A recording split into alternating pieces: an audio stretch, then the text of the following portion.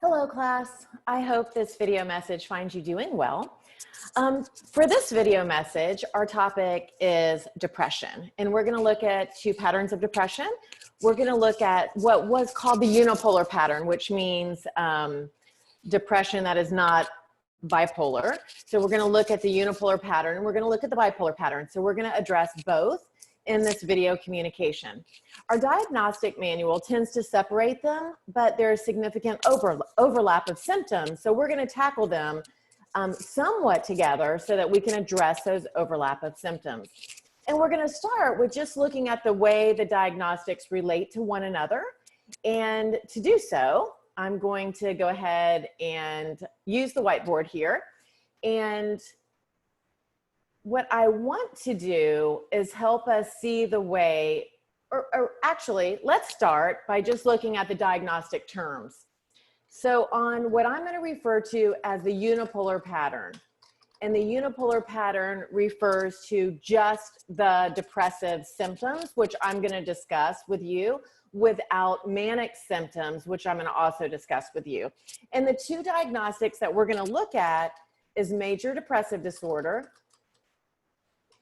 And we're going to look at major depressive disorder also in its less severe pattern, persistent depressive disorder, which is also referred to as dysthymic disorder.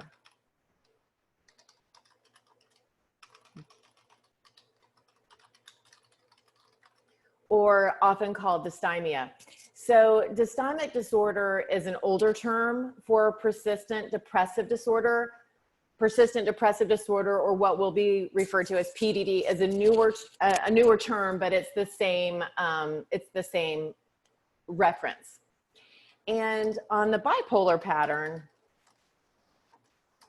we're going to discuss bipolar 1. Whoops.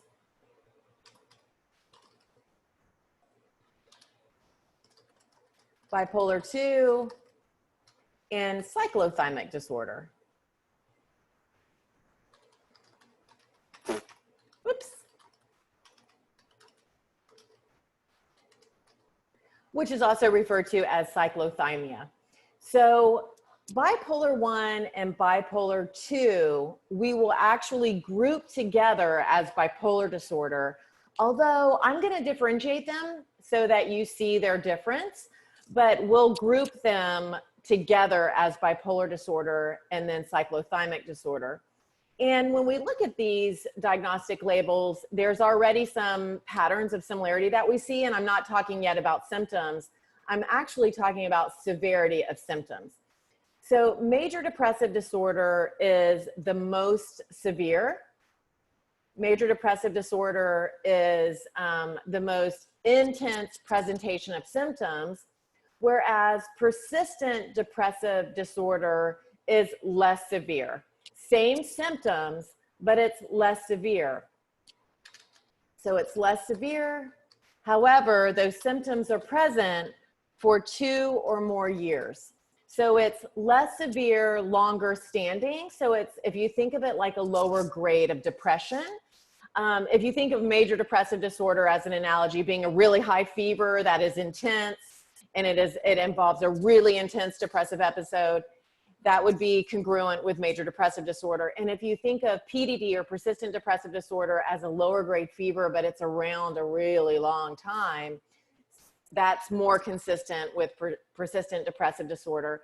As a frame of reference, persistent depressive disorder, or what was called dysthymic disorder, if you think of Eeyore, you know, Eeyore is functional.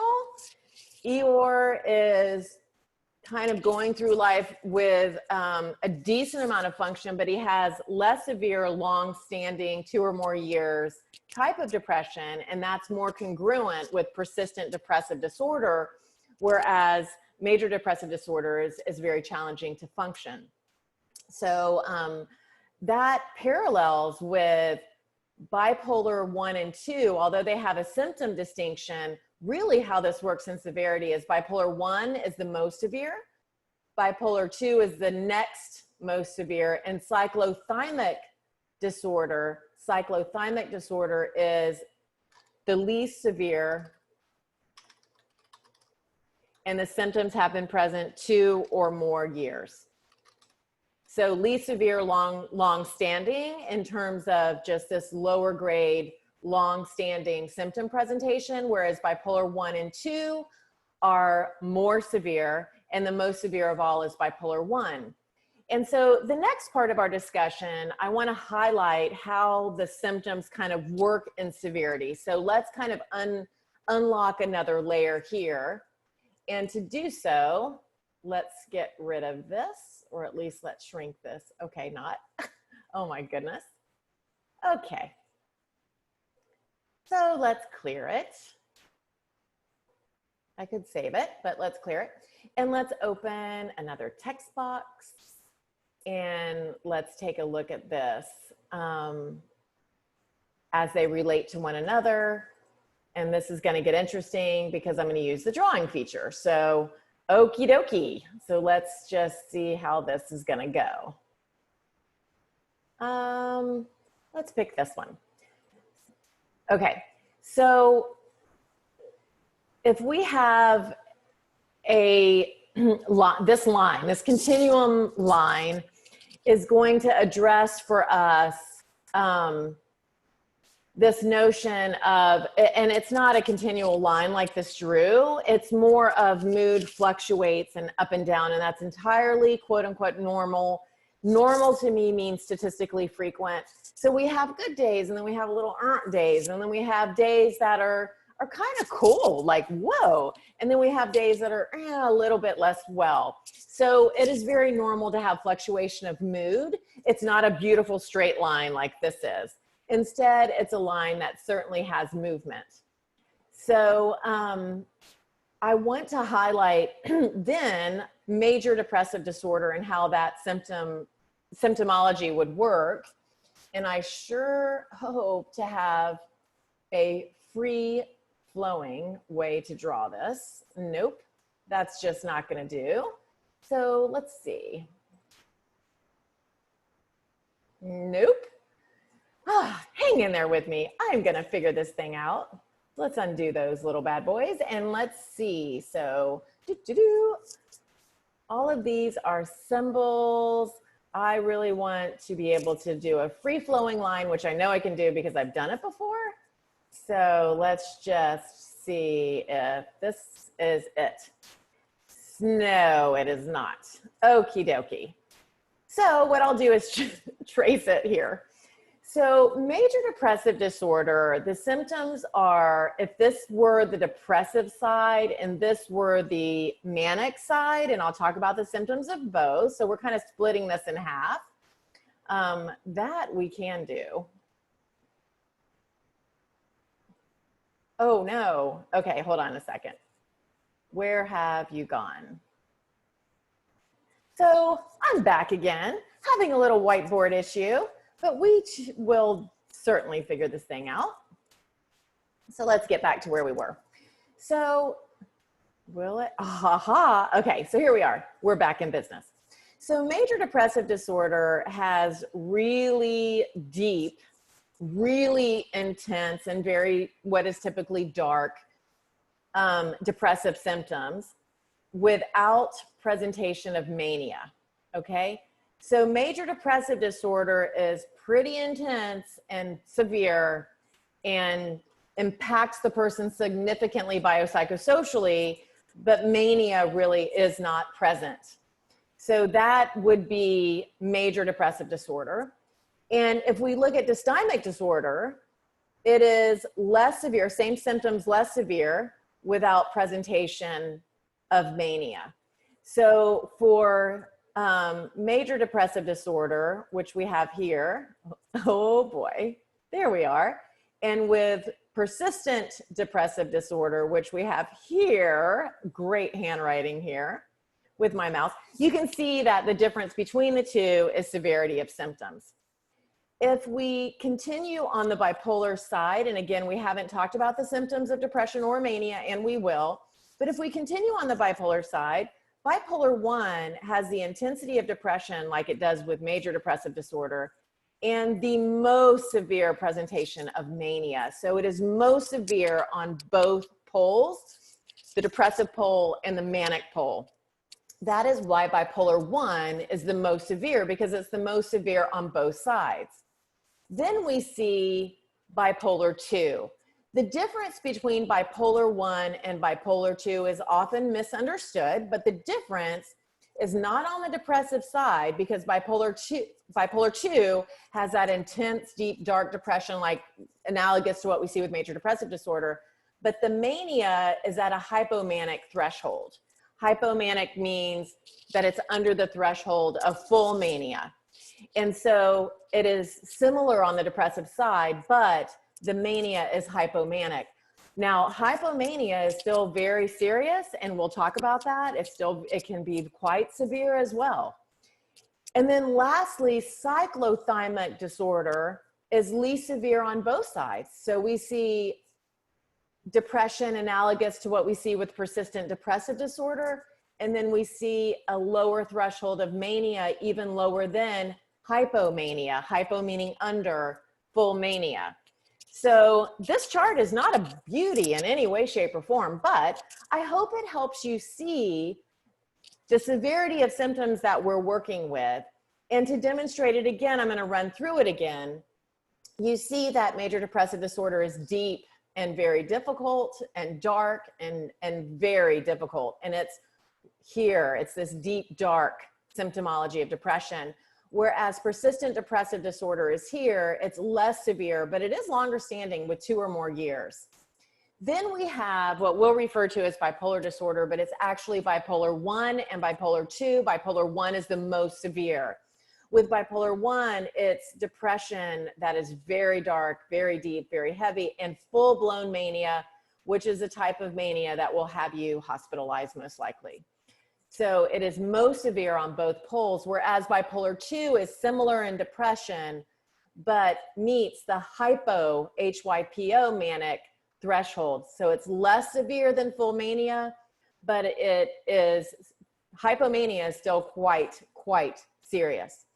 And then we have cyclothymic disorder, which is the least severe on both sides. So the type of depression consistent with persistent depressive disorder. And then we see a lower threshold of mania as compared to even hypomania. So I hope that that helps clarify the diagnostics. And to do so, our next step is going to be to discuss the symptoms involved. So with the depressive side, depression is very intense. It affects the person emotionally, cognitively, behaviorally, physically. It biopsychosocially impacts the person. And depression is really intense. So the person often feels like there is just a heavy darkness that settles upon them. And that is often referred to as dysphoria. And the dysphoria, it makes it difficult to find pleasure in anything that they do. They often experience something called, you don't need to, well, I can type this out for you so you can see it and spell it.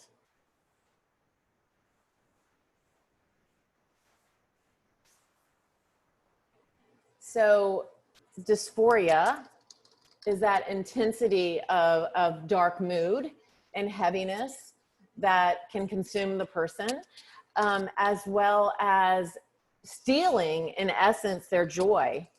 And anhedonia is that loss or absence of pleasure.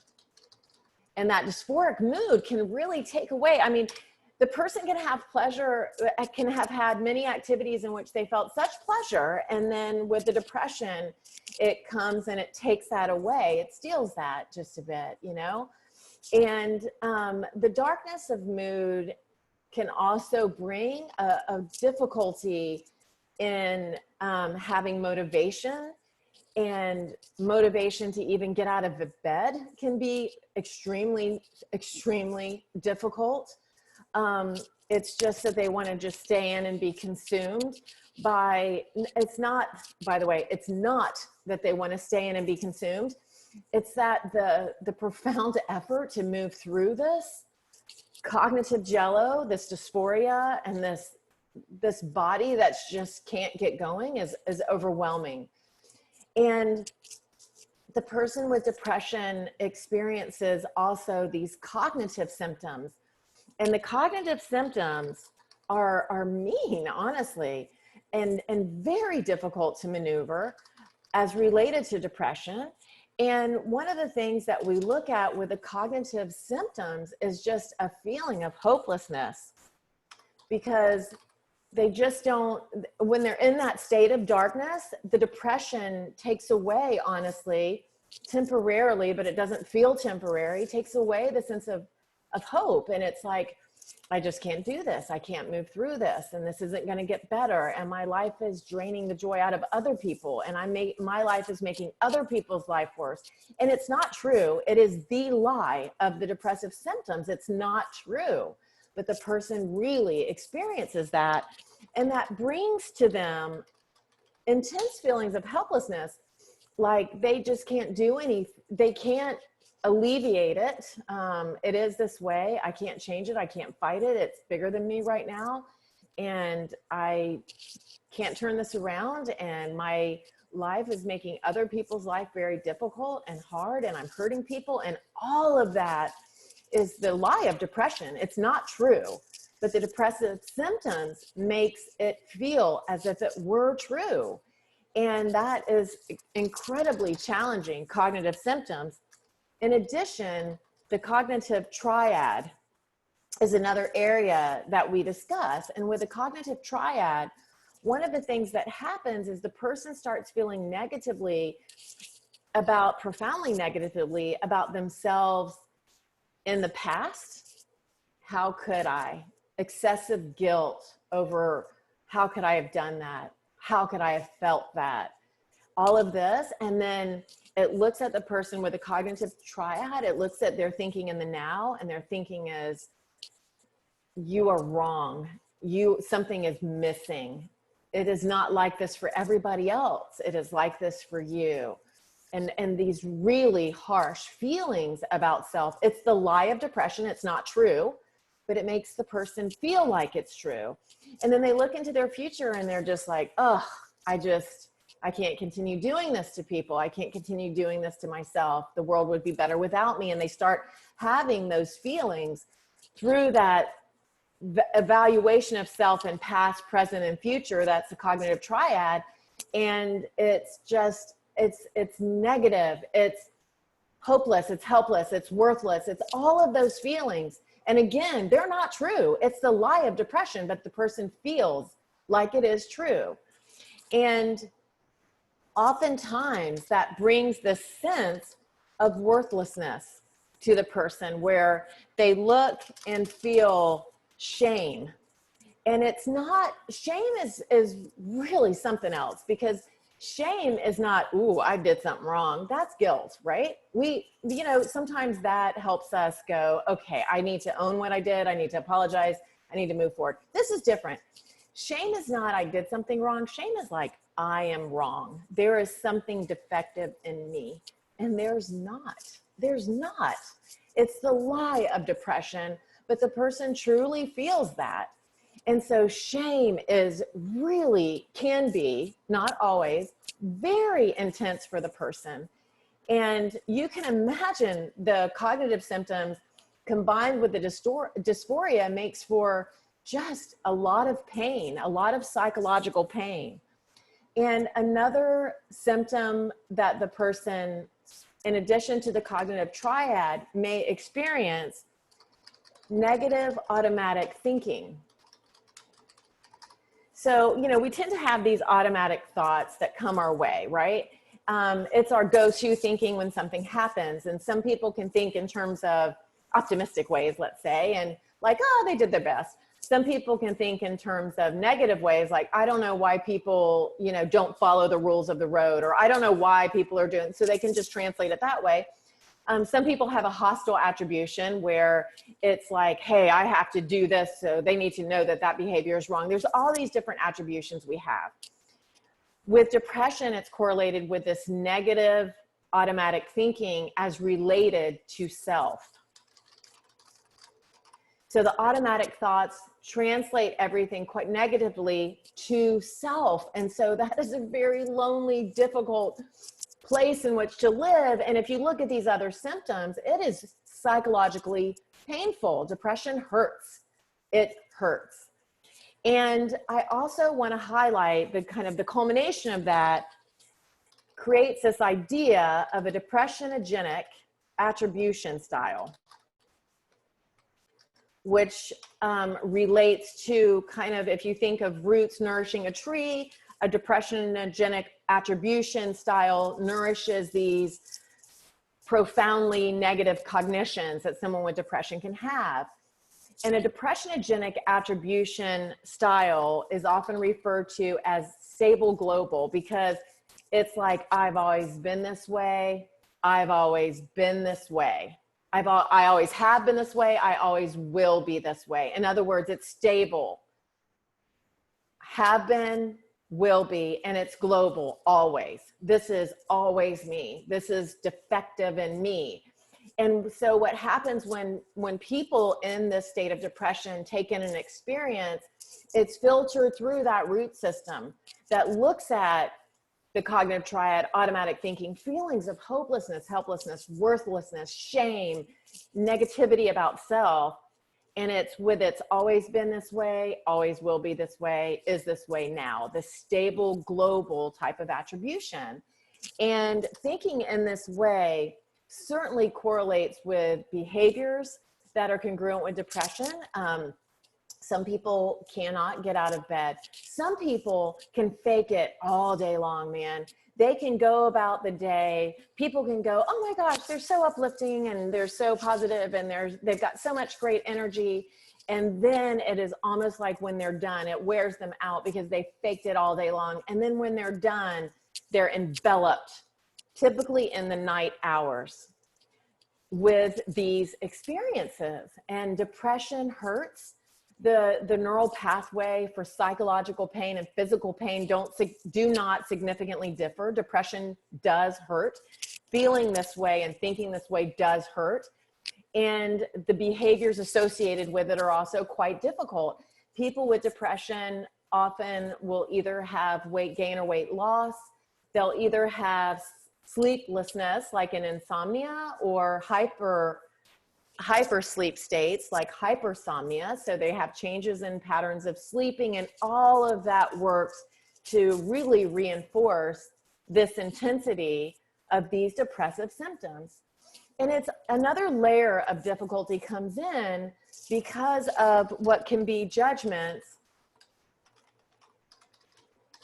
from family and maybe even from friends, maybe from parents, maybe from caregivers, etc. And so sometimes what happens is the person is experiencing and enveloped by all of this. People who love that person want them to quote unquote snap out of it. That's not a fair statement at all, because you don't snap out of psychological pain, you work through it. And it's like being in a dark, deep hole. And it takes all you've got, all your incredible strength to try to work through it, right? It's very painful and very difficult. And sometimes family members or friends or parents or caregivers or whatever, others in the world can minimize it and be like, come on, snap out of it. Everybody goes through hard times. You just got to get it. That's not true. And nor is that fair. All that does is tells the person, yeah, all of this stuff here about you is right. And it's not right. It's the lie of depression. But realizing that you're hurting others, realizing that the very symptoms of the mental illness that you're struggling with, you should be, which is not true, but you should be, quote unquote, according to others, able to snap out of it. No.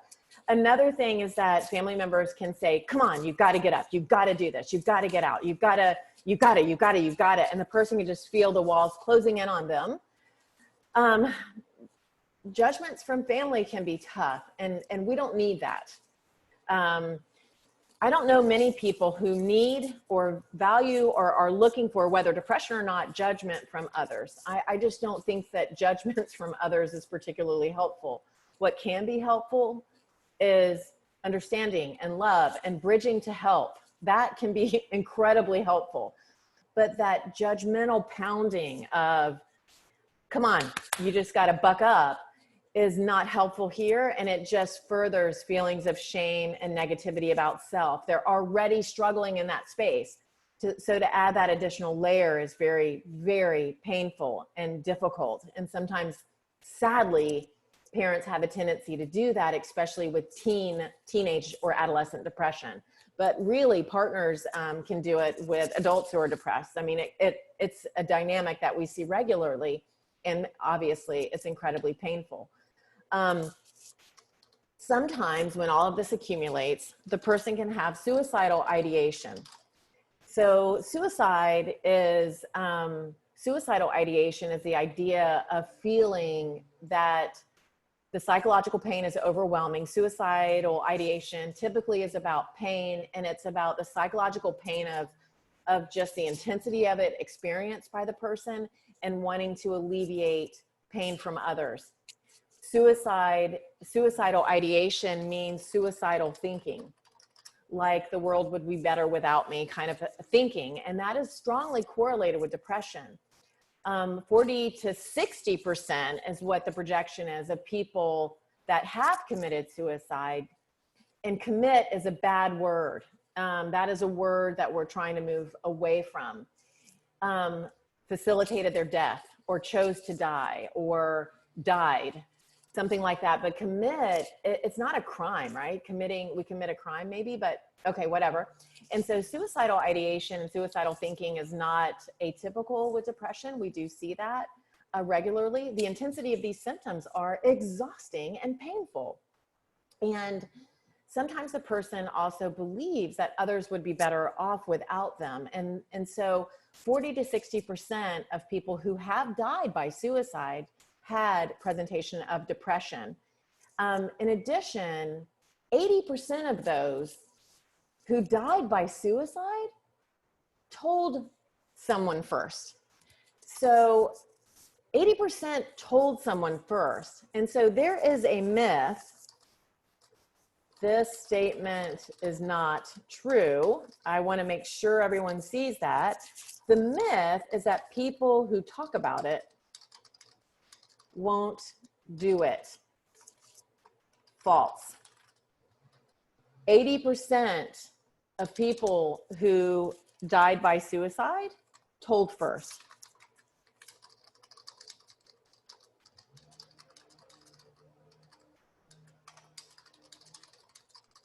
So this myth is a deadly one. And many people think it's that way. Many people believe that, oh, if they talk about it, they won't do it. And the data tells us differently. That is false. As a matter of fact, people who talk about it have experienced it or have died by suicide. In addition, there is another dynamic that can occur. And this dynamic is also a myth. It is false. Another myth.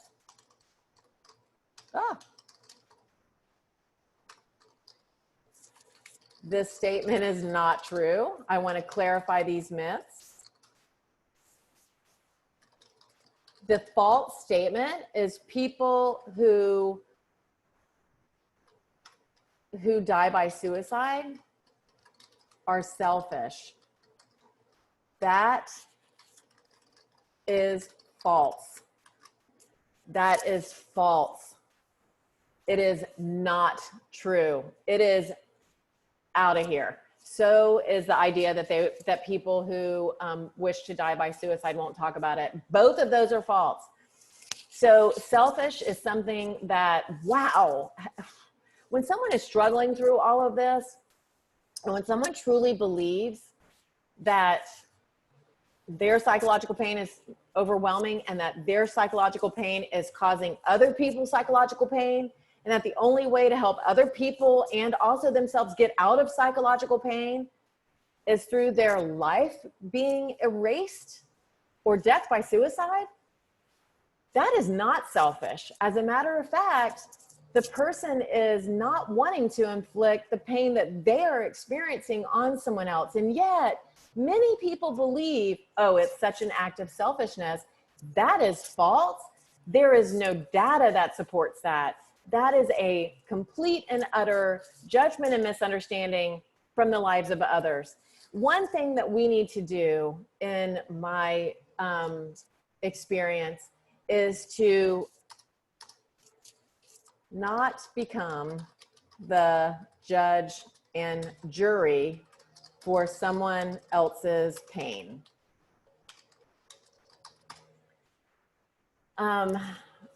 This statement is really an important one. We are not the judge and jury for someone else's pain. It is not for us to judge if their pain is valid. It is not for us to judge how quickly they need to get out of their pain. It is not. We are there to help and support and love. We are not there to evaluate the truthfulness of another person's pain, to evaluate if they should be able to feel that pain. They do. They do. And we are not the judge and jury. Okay? One dynamic that I do want to explain as related to suicide that is particularly challenging and painful, and we can see this with depression, is that the person has depressive symptoms that are at this threshold of intensity, and the person needs a way out of their own psychological pain and needs a way out of driving psychological pain in the others that love them. When the loved one looks at them with sadness, they feel like their being is creating that sadness. It's the lie of depression, but it's really intense. And one of the things that can occur is pre-suicide euphoria.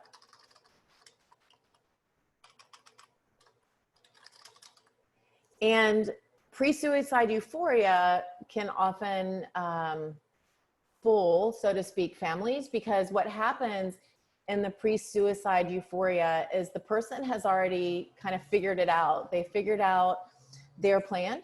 They figured out the method. They figured out their time frame. They figured out the way that ending their life would bring others out of pain.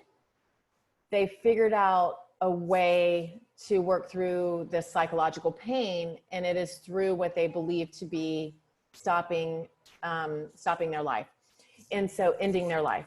And so one of the things that happens after they figured all of that out is the depression lifts, and we note that as pre-suicide euphoria because the family members believe like, oh my gosh, they're themselves again, they're back, they're okay, this is over, this is gone, they're good, oh my gosh. And the person can reconnect with everyone, can let people that are important to them know how much they appreciate them, etc. And then they die by suicide. And that is intensely painful for everyone. It's hard to lose someone that you love, period. It's very difficult. And the lie of depression, it's not true, but depression makes you feel like your life brings others pain, and it doesn't. And these symptoms can be worked through. They can. And let's talk about that. So let's talk about treatment. There's different medications that can be used, and sometimes with intensity of depression, not the bipolar pattern, but the depressive pattern, SSRI medications can be used to inhibit, slow down the reuptake, the reabsorption of serotonin levels. And so sometimes that can stabilize the person, and the person to manage the medicine is a psychiatrist. They're medical doctors who use medication and other physiological interventions to help alleviate psychological pain. From a psychological point of view, therapy tends to be a really awesome option. And cognitive behavior therapy, or CBT, is often the go-to for depression. We have two theorists that really helped us. Aaron T. Beck, who goes by Tim Beck. He's out of University of Pennsylvania. And Albert Ellis. Albert Ellis died in July 2007. Both looked at applying cognitive behavioral techniques to alleviate depression. And in general, both are grounded in the notion that cognition and emotion and behavior are intricately related, like a triangle that reinforces one another. So you really can't address only one isolated aspect of that. You want to address the cognition, the emotion, and the behavior. You want to address the full look at that. And Aaron T. Beck does so by looking at, if we have the roots that support and grow the tree, right? So the roots are your belief system and the tree are the thoughts. So Aaron T. Beck's approach to cognitive behavior therapy, there's many phases to this approach, but the bottom line is wants to look at the roots and find out where are the illogical thinking patterns and work through that. And Albert Ellis, rational emotive behavior therapy, also called REBT. You'll also hear this referred to as rational emotive therapy without the behavioral element, RET. They're both Albert Ellis's work. And Albert Ellis says, if we have an activating event, the A is the activating event.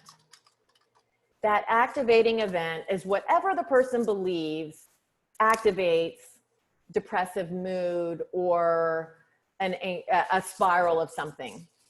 If the belief system remains intact, as it is, the belief system will filter that activating event, the belief system, those roots, filter that activating event so that it produces emotionally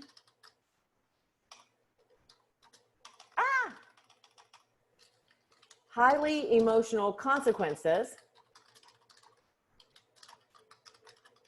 that are not rational. And, you know, sometimes thinking is not rational, but the idea of CBT is to look at the way that emotions, behavior, and cognition are connected. So we have to evaluate that. And if the belief system remains the same, unchallenged, it will continue to produce, with whatever event occurs, highly emotional, irrational consequences.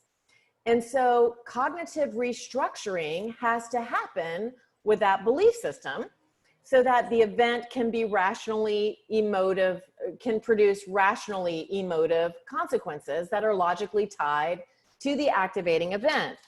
And to do that, Albert Ellis and other cognitive behaviorists look at disputing the rationality of the belief system. So it looks like kind of peeling apart those layers of the belief system by evaluating what is logical and what is not, and how those illogical ways of thinking tie to irrational cognitions that are not true, that tie to emotions that are grounded in those irrational cognitions, that tie to the behavior that is very difficult because of the intensity of those emotions and cognitions.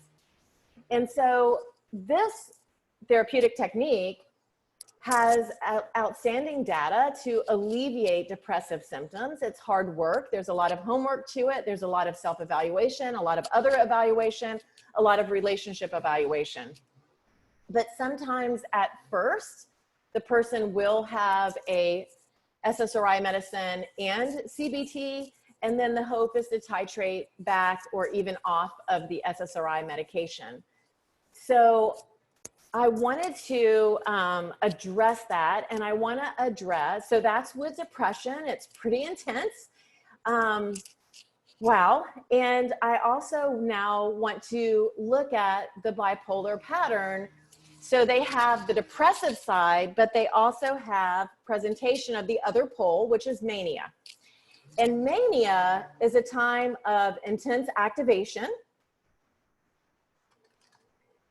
physically, cognitively, and emotionally. The person is very activated, and it's almost like speeding and racing thoughts. They tend to talk fast. They've got speeding and racing thoughts. They only need a few hours per day of sleep. Nothing can slow them down. They can have very grandiose ideas, often that are self-destructive. They engage in self-destructive, high-risk behaviors, and it is time that some people refer to as, in comparison to the intensity of the depression that they also experience until mania is activated, they refer to it sometimes as a euphoric time, even though it's not the type of euphoria that's like, oh my gosh, this is intense pleasure. It's the type of intense activation. They can be incredibly quick to anger. They can be incredibly quick to engage in self-destructive behaviors that are extremely painful. And with mania, they can also have features of psychosis. They can have delusions.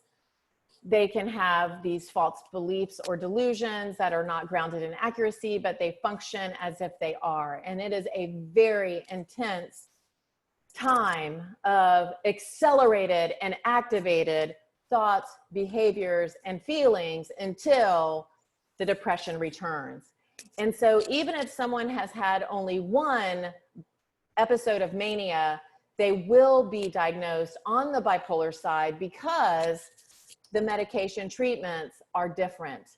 So with bipolar disorder, the medication therapies, are the following options. So lithium is the longest standing mood stabilizer. Lithium can really do an effective job for some on pulling down that mania and tamping that down into a more closely aligned wellness state. But sometimes lithium cannot lift the depression enough. So sometimes on lithium, the psychiatrist, remember the psychiatrist does the medication therapies, the psychiatrist can put the person on an antidepressant and a depressant that works well with lithium. So they can experience those too. But you can't be on an antidepressant, not on a mood stabilizer because it activates mania. So it's very important that the psychiatrist handle that. Another group of medications that can be used are neuroleptic medicines. Neuroleptic medications are anti-seizure medicines.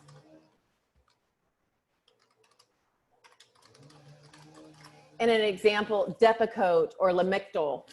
Those medicines have a side effect of stabilizing mood. And so those are sometimes used. Another option is the atypical antipsychotic medications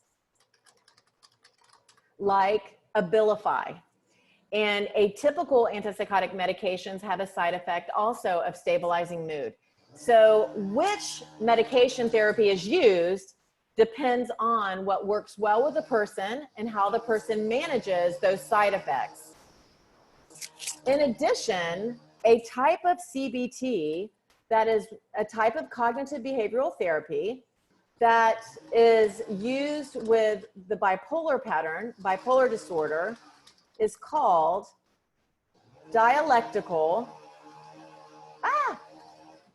behavior therapy, DBT. And DBT looks at 4 very important components as related to bipolar disorder. The first is distress tolerance, and it helps the person internally evaluate their own distress level, what's happening within their body, and returns that person into a state of mindfulness, which is a state of self-regulation through self-awareness. And in addition to the overview, one of the benefits of that type of mindfulness training, in which the person will need to get better and better at, is the idea of emotion regulation, understanding what activates the person's distress. Sometimes people in a state of mania can have a very anger reactive, very anger explosive type of experience. And with distress tolerance, with mindfulness, begin the process of regulating their emotions and becoming aware of their emotions and their activators. And then because of the self-destructive high-risk behaviors, interpersonal effectiveness is an incredibly important part of the therapy, because relationships tend to get damaged sometimes with the symptoms of bipolar disorder, the vacillation between depression and mania.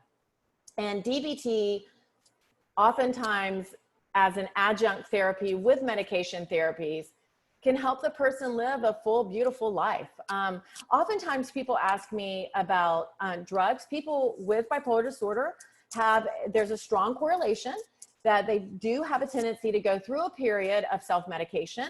And in other words, using drugs to mitigate or drive their own relief of symptoms that are giving them distress.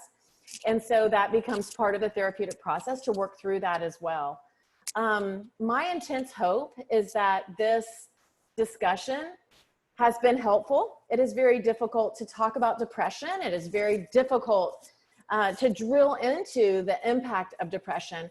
But I will say people who deal with that intensity of distress are some of the strongest people that I have ever met. And I think it is incredible the amount of strength that it takes to drive through the symptoms of depression on both the unipolar side and the bipolar side. And I hope that this explanation has been helpful.